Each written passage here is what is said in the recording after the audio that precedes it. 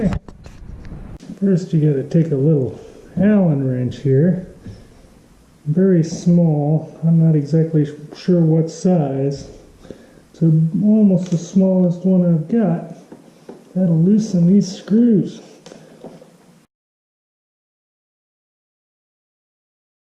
There we go, I've got them loose now, should just pop it right off.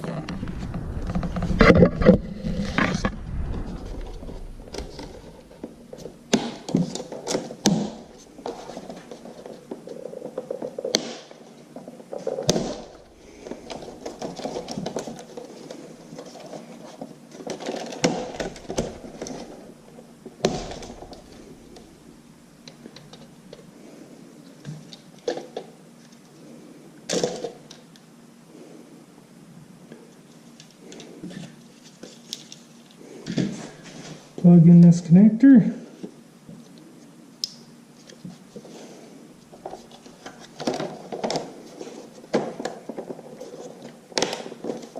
Snap the new one in place. And put the new screws back in.